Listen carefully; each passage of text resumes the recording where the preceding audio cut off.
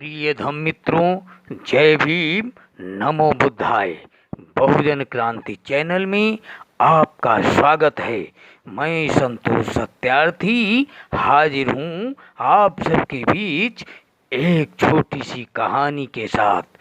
कहानी का नाम है एक और गुलामी। जी हाँ, एक और गुलामी।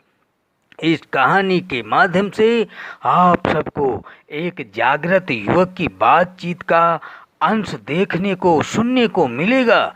तो मित्रों, चलते हैं कहानी की ओर। धीरज कुमार ने अपनी उम्र के 26 वर्ष बड़े संघर्ष के साथ गुजारे हैं। तथा कथित सुखी परिवार के सदस्य धीरज कुमार 4 भाई और 3 बहनों तथा माता पिता की शुभकामनाओं से सराबोर हैं। वे पढ़ाई के जीवन में ही सामाजिक उथल पुथल और धींगा मुश्ती से अच्छी तरह अनुभव प्राप्त कर चुके हैं। आज उन्हें बैंक की नौकरी में योगदान करने का अवसर प्राप्त हुआ है। योगदान करने के बाद बैंक के अन्य भावी सहकर्मी धीरज कुमार की ज्वाइनिंग की खुशी में मिठाई की आशा रखते हुए बार बार धीरज कुमार की तरफ देख रहे थे। धीरज कुमार समझ रहे थे कि लोग मुझे इसीलिए देख रहे हैं क्योंकि मैं गांव से आया हूं, शायद कुछ ऐसा ही लग रहा हूं। थोड़ी देर बाद बैंक के सामने एक चमाती हुई मारुति आकर रुकी। उसमें से 4 लोग उतरकर सीधे एक काउंटर पर पहुंचे और बोले, धीरज कुमार ने ज्वाइन किया। काउंटर क्लर्क ने सूचना दी कि ज्वाइन तो कर लिया है, परंतु अभी मिठाई नहीं आई है। धीरज कुमार इशारा समझ गए, मगर उन्हें अपनी जेब की स्थिति मालूम थी। मारुति से आए लोग बैंक यूनियन के पदाधिकारी थे। धीरज कुमार के पास आकर बोले, hello, myself Anup Tiwari, general secretary bank union 1। Dheeraj Kumar ने कहा, 1 यानी कई यूनियनें हैं। अनूप तिवारी ने कहा, हाँ, 3 और यूनियनें हैं, मगर हमारी यूनियन सबसे बेहतर है। हम सदस्यों की समस्याओं को सदा अपनी समस्या समझते हैं। बैंक मैनेजमेंट हमारी यूनियन को सबसे अधिक वोट देती है। आपको अपनी बैंकिंग लाइफ में कभी कोई परेशानी नहीं होगी। धीरज कुमार ने बड़े धीरज के साथ कहा, मुझे ये बताइए सर, यहाँ एससी और बीसी के कोई यूनियन अलग से है?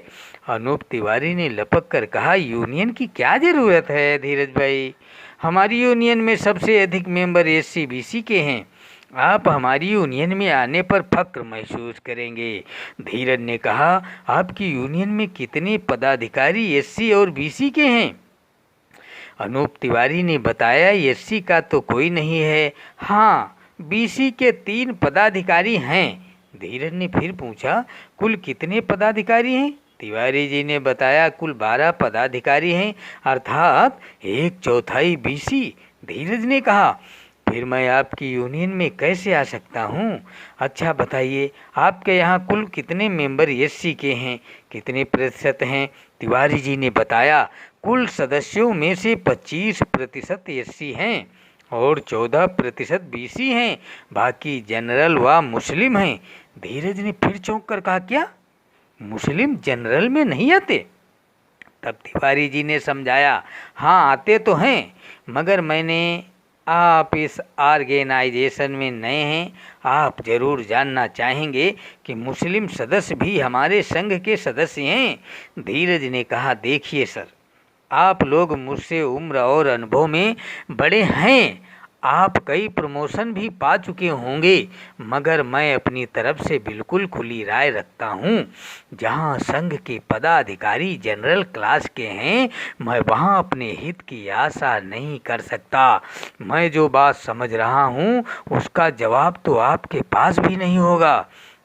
बैंक महकमा जब एक है तो यूनियन 4 क्यों हैं? मैं बताता हूँ, वे इसीलिए हैं कि एससी बीसी कोटे के जो लोग इस बैंक की नौकरी में आए हैं, वे यदि एकजुट हो गए तो एससी बीसी के साथ कोई नाइंसाफ़ी नहीं कर सकता। कर सकेगा। मगर बैंक में जो सबसे बड़े आका बैठे हैं वे यह हरगिज नहीं होने देना चाहेंगे। वे चाहेंगे कि SC BC के लोग इतनी जगह बटे होने चाहिए कि वे अपने आप को हमेशा कम गिनती वाला, कमज़ोर समझता रहें, जबकि संविधान के हिसाब से संगठनों के नेतृत्व में भी संख्या के हिसाब से भागीदारी होनी चाहिए। अनूप तिवारी हैरत भरे अंदाज में धीरज कुमार को देख रहे थे। वे उनकी एक एक बात को गहराई से समझ रहे थे और ताजुब कर रहे थे कि जिस बालक को हम न्यूली कमर नवागंतुक समझ रहे थे वह तो बहुत होशियार है। उन्होंने धीरज कुमार को टोकना ठीक नहीं समझा, चुपचाप उनकी बात सुनना ही बेहतर समझे। धीरज कुमार ने आगे कहा, कभी हमें भी अवसर लेने दीजिए सर। यदि आपको हमारे साथ सहानुभूति है तो हमें अपनी यूनियन बनाने दीजिए, फिर देखिए कि हमारी यूनियन अपने सदस्यों के हितों का ध्यान रख सकती है कि नहीं। तिवारी जी ने कहा, ठीक है भाई, इस बारे में भी हम सोचेंगे, और उठकर चल दिए। धीरज कुमार ने उन लोगों की ओर देखा। धीरज कुमार जानते थे कि यूनियनें किस तरह से अपने सदस्यों को प्रताड़ित कराती हैं और उसे अपने इशारे पर नचाती हैं। उनके जेहन में हमेशा यही बात उठती थी कि अनपढ़ रहते हुए समाज गुलामी, अत्याचारी झेलता रहा, ठीक है, मगर पढ़ाई लिखाई के बाद भी यदि इन षड्यंत्रों में फंस जाए तो ये एक और गुलामी हो गई। हाँ मित्रों, ये एक और गुलामी हो गई। धीरज को अपने चाचा की याद आ गई जो लोक निर्माण विभाग में कनिष्ठ अभियंता के पद पर रहकर रिटायर हुए थे। तो देखा मित्रों, कितनी चतुराई से ये लोग हमें एकजुट नहीं होने देते। हमारी एकता के विखंडन के लिए ही अनेक प्रकार के हथकंडों को अपनाकर हमें अपनों से दूर रखते हैं ताकि हम अपने हक की लड़ाई न लड़ सकें।